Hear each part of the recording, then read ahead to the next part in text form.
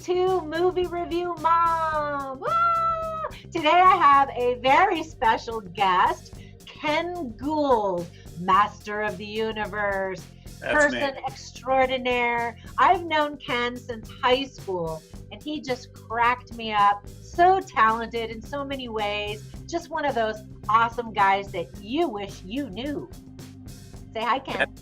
Hi there. I was glad to be here. Glad to be on like that. It's back in high school. That was what, 2 or 3 years ago. Just a couple years ago. Yeah. I know. Time goes by so fast, right? I know. And here we both are with our old man, old lady glasses. Yep. Yeah. So I had sent Ken a list of movies to see if he wanted to review any with me, because sometimes he'd get on Facebook and say, well, I just watched your review and I thought this and I thought that. And I'm like, well, come do a review with me. So the movie that he picked to do is Hellboy. And we figured, we went down through the list and thought these movies are all going to be good. Let's do this one instead. So the movie is Hellboy. It's rated R. It's 2 hours long. And on the count of 3, we're going to tell you the letter grade that we gave this movie. And I don't know what Ken is going to say. Okay, so ready? 1, 2, 3. D C. minus. You said D? No, I said C. Oh, C. Oh, okay. I've got a D for don't. So just no. All right. So in a quick nutshell, this Hellboy is not a sequel to the first 2 that were PG-13, but really more of a disappointing reboot. How would you describe this movie in a quick nutshell? Well, in a quick nutshell, I mean, it's a restart of the Hellboy story. So they took the 2 Guillermo del Toro films and kind of shelved those. It retreads some of the stuff. It adds other stuff in it. But yeah, it was. I wanted to like this film. I did too. I like David Harbour. I think that, so I thought it was great that they cast him in the lead role. And I also, the director, Neil Marshall, he directed back in 2005 a movie called Descent, which if you ever want to see a really good, scary, claustrophobic movie. Oh, I've never seen it. A great movie to see.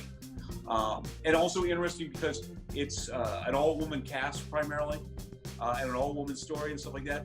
But just, I mean, one of those ones that just never found, I think, a really big audience commercially, but it had a good critical following. A lot of people, and so, he's directed episodes of Game of Thrones and other shows like that really well, that's good that they've got a good director. But oh my gosh, probably the gory episodes of Game of Thrones then. Yeah. And you said he had a really scary movie. Yeah. And this Hellboy is very different from the first 2, the Guillermo del Toro movies, right, which were a lot more lighthearted.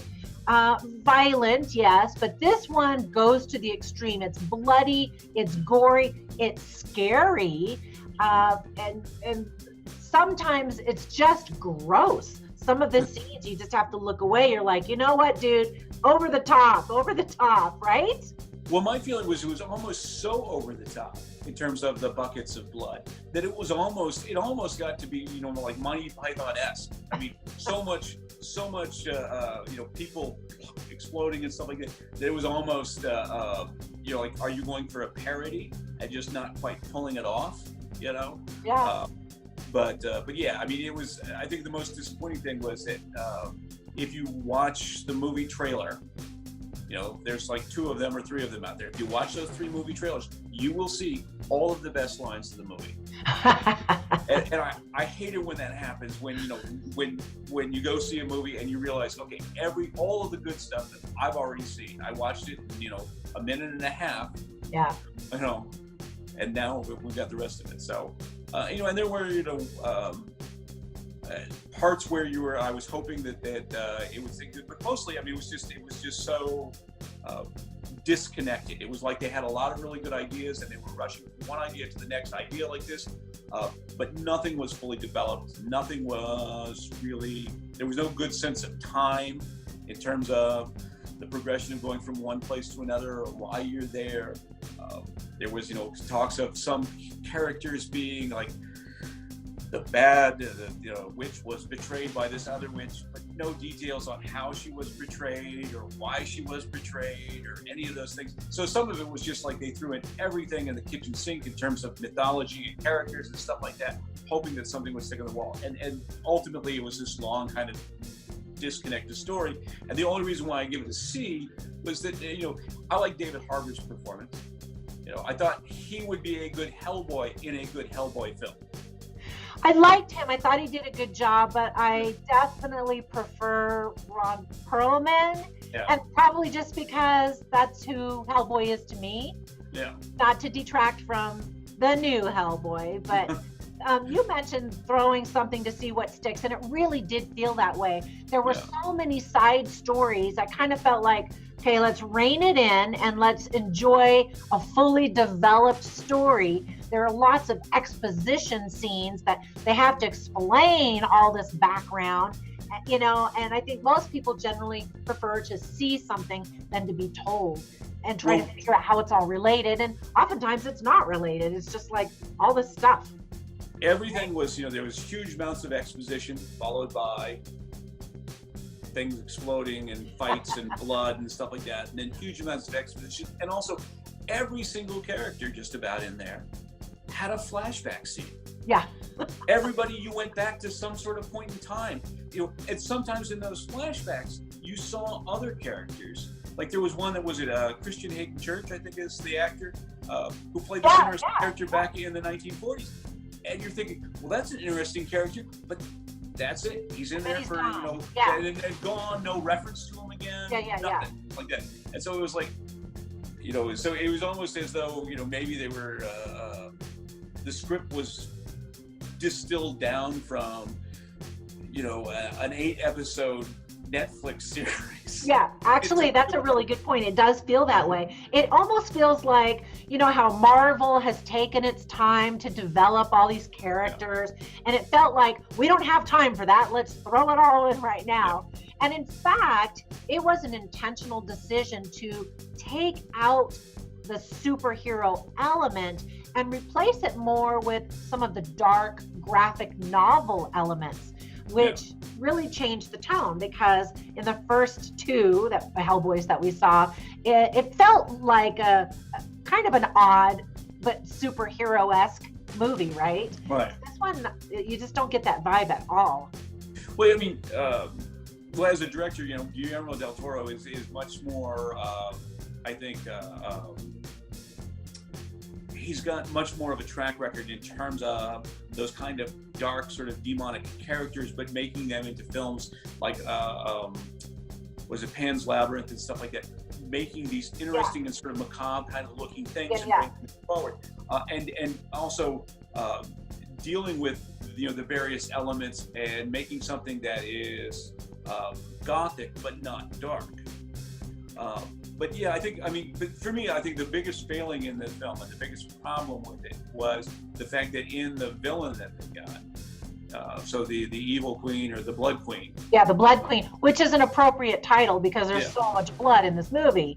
Yeah, so Milla Jovovich. I really liked her, by the way. I mean, I like her in everything, but I thought she did a good job. Oh, see, for me, it was such a one-dimensional performance. And I like her, and I think she's good in some of the kind of just rip-roaring blood and guts sort of that one whole series of movies that she does and stuff. And also, I mean, as an artist, she a long time ago, 25 years ago, 30 years ago, recorded an album. It was a great album, and why she never recorded another one, I don't know. I've never heard that. Oh yeah, it's a great album, and she actually wrote all the songs and stuff like this. And so I don't know, I'm falling out on her and everything like that. But critically it was a successful album and everything. But she's. But in terms of her performance, it really, you didn't get any really sort of sense. I mean, she wants to destroy the world and bring demons back, but why does she want to do it? Right, actually. Destroy the world and be demon back. Yeah. That's a good point, that there are a lot of missing motivations for a lot of these random characters. And so why do they do what they do, And so it would have been nice as a counterpoint if she had some more of a sense of humor or some sort of some sort of twist or something like that. And I really, I look at a lot of the films that have come out lately that are big tentpole films. You mentioned Marvel earlier, and one of the great things about like the whole Marvel Infinity War saga that's going on right now is that Thanos is such a fully realized character in the first film. He was complete and motivations, and from his standpoint, he's the hero. Right. And you take that and you compare it to something like the DC universe that had this Steppenwolf in their big Justice League film that was repeating the same thing. I want to get the mother box and destroy the world. And that was, all he said. And so I thought Milla Jovovich character was kind of in that mold. A very, very two-dimensional character. No real clear motivations other than wanting to destroy stuff. And no fun, really. Other than, being able to talk as a severed head. But other than that, it just kind of. I loved it when Hellboy says to her, "Lady, quit while you're a head." Yes. The head. Yeah. All right. So to wrap this up, because it's movie review, Mom, what tips would you have for parents? Go take your kids to go see Missing Link or something else. It's rated R. It is full on rated R. Yeah. So I've got 9-year-old boys. And so, they're nowhere near this film. They're going to, go see it until they're in their teens or something like that. Would you let them see the second Hellboy, The Golden Army? Because out of the 3, that's my favorite. They're not there yet. They're still young. I'd have to watch it. Probably not. So I've let them see Star Wars, but they haven't seen any of the Marvel films yet. I've let them see the Harry Potter films, but that's only because we read through all the books. And actually, they haven't seen the last 2 yet, from the movie standpoint. So, and mostly actually from the Marvel perspective, it isn't so much that it's, action and violence and stuff like that, is that I think that those ones, believe it or not, have more gravitas in terms of character and stuff like that. You have to kind of approach it. It's better written and not just bubblegum. So for the most part, and the character, and also the movies are so different in terms of tone. Absolutely, yeah. So, any redeeming themes in this movie that you could recommend to audiences? You would try to grasp onto the one theme that even Hellboy has this side of humanity, and that his father, which is the Ian McShane character, and that was kind of another disappointment. I love Ian McShane. He's got a great voice, great characters, but he really just kind of pulled right off the shelf the typical Ian McShane. I'm going to do a number 7 performance in this. And there wasn't anything. You never got the scene of why he thought that there was something redeemable in this demon that he decided to raise it as a baby. He didn't really answer that question, and that would have been significant, not only for Hellboy, but for us, right? Well, for Hellboy, it was the central question, through the whole movie. And so, not to give much away, but the central thing about a lot of the characters in the film is that there's a prophecy that Hellboy is the one that's going to bring down the destruction of the world, the apocalypse. And so the question is, why does this one character see him and see that there's potentially good in him, that he's not going to do this? What's the redeeming of the humanistic quality of him? And so you'd like to say that there was, number one, if there was really something that described that connection, that would be nice, and that would be a redeeming factor for the film, just because it would have set up both their characters stronger. But then the other thing is just, from the standpoint of the parents, like that, to be able to point to that and see that, even if you're a demon with horns and, leather rings and a fiery sword and a burning crown and stuff like that, there could still be good in you. You can still make a choice. So there would be that sort of thing. But, even that was really muted in the film. It was really watered down. Although it was super cool. One thing I really liked about this one is you do get to see the full horns, and the burning crown looked really cool. And you don't really see that in the other 2 movies. Well, you do get it in The first one. Well, yeah. Not with the burning crown and, Not you with know. the burning crown, but yeah, the horns come Yeah. back in. Yeah. I mean, he looked like he came from hell. You know, Yeah. I mean, he was pretty intense. Yeah, for sure. One other theme that I picked up on, and it seems like it's in every movie nowadays, and that is that you decide who you are, right? Mhm. That be who you are and don't try to be anything else other than who you really are. And it just seems like that's just a really popular theme right now in almost every movie I've been watching lately. Yeah. So, right? yeah, and actually, I mean, you know, so the other film I saw this week was Missing Link, and that's the central thing. Yeah. Thumbs up or down on that one? Thumbs up on that one. Oh, okay, good. Did your boys see it? Yes. So we took them to that one, yeah. And they liked it? Yeah. Okay, Yeah. good. Well, I mean, because, you've got a Sasquatch named Susan. What's not to? Yeah. Well, I posted my movie review and my written review on moviereviewmom.com, so you guys can watch that one as well. In the meanwhile, be sure and subscribe to Movie Review Mom and go to moviereviewmom.com where you can see the written stuff. And also, if you click on the little contact box, I will send you a report that has a couple of dozen different ways that you can watch movies for free, honestly, legitimately, and legally. And it's not fattening. So there you go. All right. So thank you for joining us today on Movie Review Mom. We'll see you next time. Bye for now. Bye. Thanks, Ken. Thank you.